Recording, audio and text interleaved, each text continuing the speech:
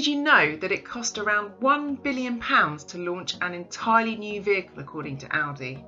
And you can double that figure for an EV, so its new e-tron is a serious investment for the brand. As a result of that kind of expenditure, it's had to rationalise its products, to which end 20% of the current range has gone to help future-proof the business. Fear not though, the e-tron paves the way for an electric-powered product line that will be 4 strong by the end of 2020 and form part of a broader EV and plug-in hybrid portfolio comprising of at least 30 models by 2025. This is the 55 Quattro derivative e-tron.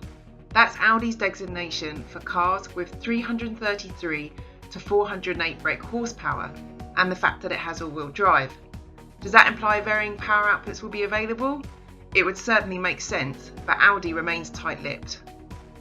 It has 306 horsepower, which propels it from 0 to 62 miles per hour in 6.6 seconds, or in S mode, it shaves that time down to 5.7 seconds, giving you 408 horsepower for all of 8 seconds. That's not fast by electric standards, but quick enough with almost 429 pound-foot of torque, making light work of quick overtakes.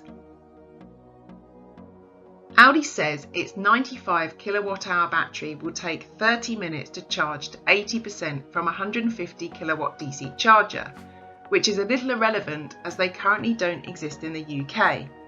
A full charge from empty at a rapid 50 kilowatt charging station takes 50 minutes, or up to 11 kilowatt AC charging takes 8.9 hours. It has a driving range of 241 miles, and indications from our 3-hour test drive suggest that you'll easily get 200 miles between charges.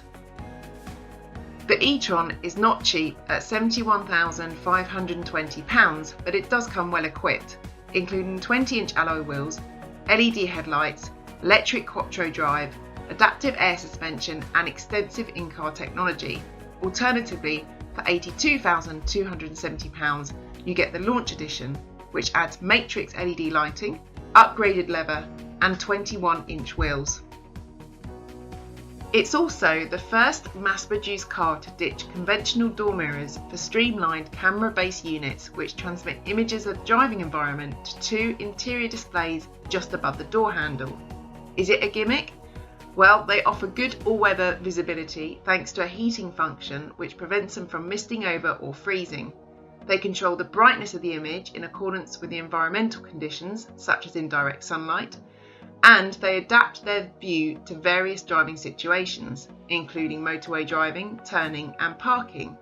They also reduce the overall width by about 6 inches, which makes manoeuvring into tight spots easier, and shave the e-tron's drag coefficient from 0.28 to 0.27, which is best in class for an SUV. Those are the headline facts. What's it actually like in the flesh? Well, there's a familiarity to its look, feel and functionality that will mean it won't scare off current Audi drivers. Its distinguishing features are of course the ports, which are usefully positioned on each side of the front wings and at the touch of a button slickly project downwards to reveal AC and DC sockets. The front grille and air intakes are also unique to the e-tron, as is the horizontal light signature integrated into the headlights and the wide light strip connecting the LED rear lights. Inside, it comfortably accommodates 5 adults and it has a large 660-litre boot, bigger than its Tesla and Jaguar competitors.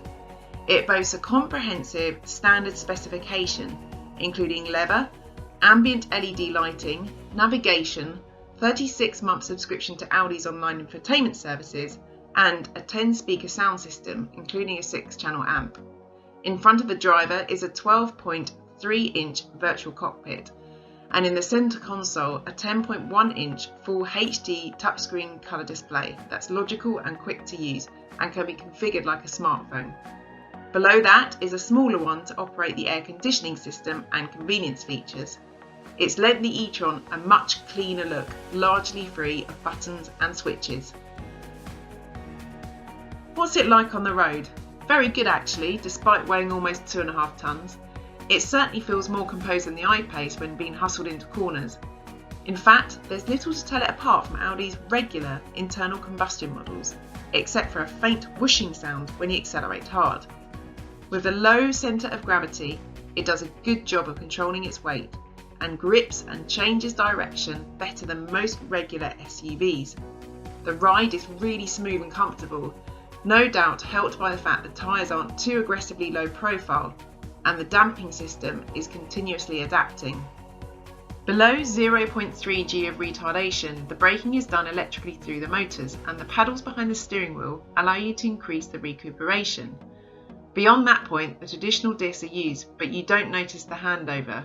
It really is that seamless. There are 7 driving modes and most drivers will probably leave it in default comfort for the majority of the time. That said, if you fancy a B-road blast, selecting dynamic firms everything up nicely, while putting it in efficiency mode is good if you want to conserve some miles. Be warned, we did find throttle response a little sluggish when pulling out of junctions.